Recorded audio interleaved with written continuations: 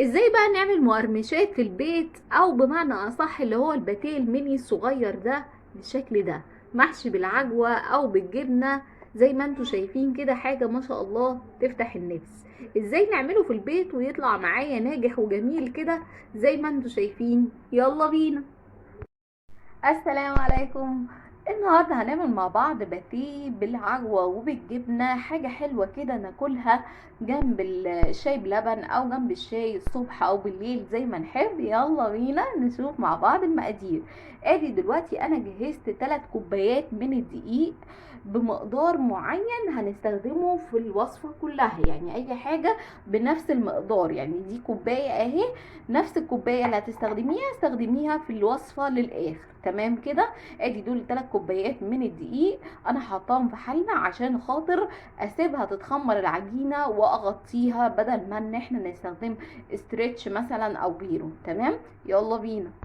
ودلوقتي هنزل بربع معلقه من السكر، وربع معلقه من الملح، ومعلقه كبيره من الخميره الفوريه. ودلوقتي هنقلب كل المكونات الجافه بتاعتنا مع بعض.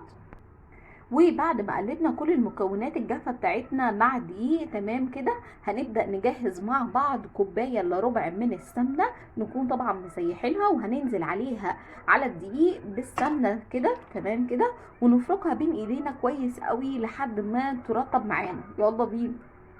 وادي دلوقتي بعد ما فركناه بين ايدينا كويس قوي والسمنه وصلت للدقيق كويس قوي، تفركيه بين ايديكي حلوه قوي لحد ما تبسيه بالشكل ده.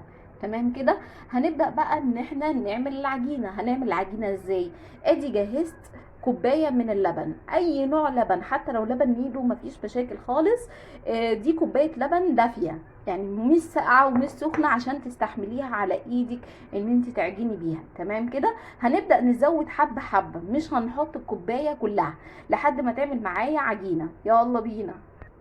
وادي اهو انا حطيت كوبايه اللبن الا بق شويه، يعني مش كلها حطيتها الا بق. ممكن انواع دقيق تاخد كوبايه اللبن كلها، وممكن كمان نزود حسب نوع الدقيق. تمام كده. طيب دلوقتي انا عجنتها بين ايديا بالشكل ده، شايفين اصلا لمت من الحله، يعني اتلمت معايا بالشكل ده. تفضلي تعجني فيها لحد ما توصل معاكي بالشكل ده. تمام.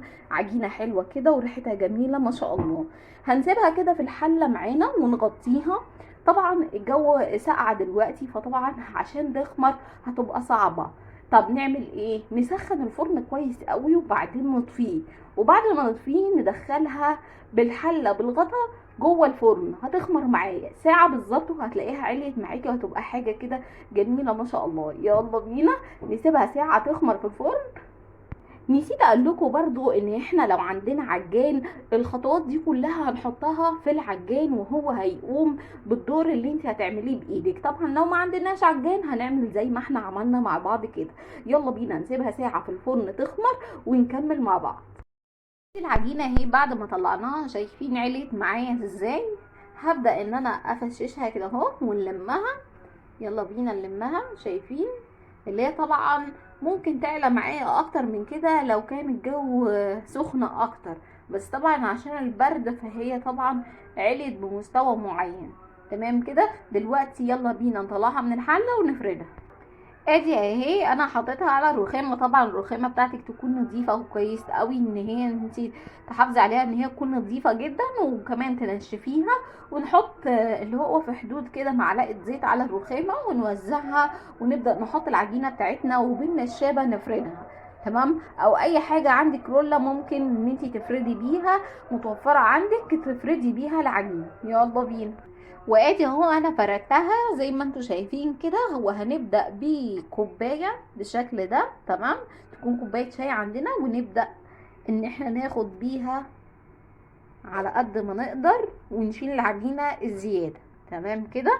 اللي هو ناخد دواير منها بالشكل ده. تمام كده. وادي اهو بعد ما عملت كل الدواير على قد ما اقدر، نبدأ نشيل الزيادات دي وهنفردها تاني برضو ونعمل فيها نفس اللي حصل، ونفس اللي احنا عملناه ده هنعمله تاني. تمام كده. وادي دلوقتي اهو انا حطيت جزء بعجوه وجزء بجبنه اسطنبولي. تمام، بتبقى حلوه جدا الجبنه الاسطنبولي عشان اللي هي حادقه كده وبتفضل ماسكه في العجينه كويس قوي، يعني بعد التسويه بتفضل موجوده زي ما هي. والعجوه طبعا اللي هو كلنا عارفينها طبعا، انا بهرسها بالسمنه وبعدين باخد منها حتت كده واحطها في العجينه. ويلا بينا دلوقتي بقى نقفل العجينه بتاعتنا كانها قطايف. وادي دلوقتي اهو هنعملها كده اهو، اللي هو تمسكيها كده وبعدين نقفلها على بعض كده اهو بالراحة، نقفل العجينة.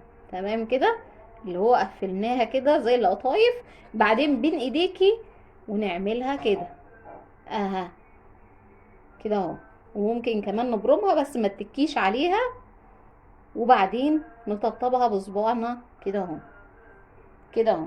تمام، اللي هو بحيث ان هي تاخد شكل كده اهو في الصينيه. تمام، طبعا الشكل اللي انتوا تحبوه ممكن تعملوه، ممكن نعملها مدوره، ممكن نعملها صوابع كده، ممكن نعملها مثلا رول في بعضها، اللي هو ممكن اكتر من شكل، الشكل اللي احنا نحبه ونرتاح له ممكن نعمله عادي ما فيهاش مشاكل. ويلا بينا بقى نعمل باقي الكميه. وادي اهو معايا بعد ما خلصت الكميه كلها وحطيتها اهو في الصينيه. وطبعا لازم تعملي مسافه بين واحده والتانيه عشان التسويه، وهتعلى معانا وهتكبر. ودهنا الصينيه بتاعتنا بالزيت. تمام كده، ورصيناها معانا.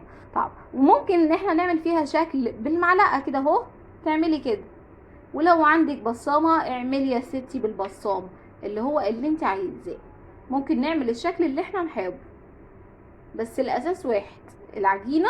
والحشوه برضو اللي انتي تحبيها ممكن تحطيها، يعني كمان ممكن ان احنا نحط مربى. تمام كده، يلا بينا بقى نخلص كل الكميه. وادي اهو انا عملت كل الكميه بتاعتي بالمعلقه، بتزوقيها كده زي ما تحبي، وممكن بالسكينه تعملي لها شروط. وحضرنا بيضه معانا وعليها اللي هو بتاع ده، يعني في حدود كده ربع معلقه او على طرف المعلقه من القرفه عشان تضيع الزفار. هنربها مع بعض وندهن الوش بتاع الباتيه بتاعي. تمام كده. طب مفيش قرفه، ممكن نحط سنه قهوه او سنه نسكافيه، بتدي طعم حلو قوي برضو في الاكله. تمام كده، يلا نرب البيضه وندهن بيها الوش بتاعنا. وادي اهو بعد ما دهنت الصينيتين بتوعي بالبيضه بتاعتي، الوش بتاعهم كله زي ما انتم شايفين كده. تمام كده، هبدأ بقى عندي سمسم حطي على الوش، عندك حبة البركة بتبقى حلوة قوي نحط على الوش. احنا عندنا حبة البركة هنزوق بيها الوش، ما عندناش ممكن نكتفي كده ونخليه عادي. وممكن برضو ما نحشوش على فكرة، ممكن نخليه سادة زي ما نحب، بيبقى حلو جدا مع الشاي، مع الشاي بلبن الصبح كده نغير بيه ريقنا، بيبقى حاجة يعني خطيرة. وادي اهو بعد ما حطيت حبة البركة على الوش كده الصينية بتاعتي جاهزة. ولو عندي سمسم ممكن برضو نخلط السمسم مع حبة البركة ونحطه على الوش، بيبقى حلو قوي. ودلوقتي معايا الفرن انا مسخناها، تسيبيها تسخن معاكي كويس وبعدين ندخل الصينيتين على فرن سخن. هتدخليها على الشبكة تمام كده وتشغلي من تحت بس نص ساعة، وهتلاقيها بدأت ياخد لون معانا ويستوي. يلا بينا ندخلها الفرن. وادي اهي الباتيه بعد ما طلعته من الفرن، شايفين شكله عامل ازاي؟ هو ده الشكل اللي احنا عايزين نوصله. شايفين ما شاء الله عليه، حاجة يعني ما شاء الله جميلة. وادي اهو بس هو سخن جدا، اللي هو السوا بتاعه مظبوط جدا. هتبدأي طبعا يبرد معاكي شوية وتبدأي ترصيه في حاجة خارجية، طبق بلاستيك او حاجة اللي هو عشان التقديم. تمام كده، يا رب تكون الوصفة عجبتكم واشوفكم على خير فيديو جديد. والسلام عليكم ورحمة الله.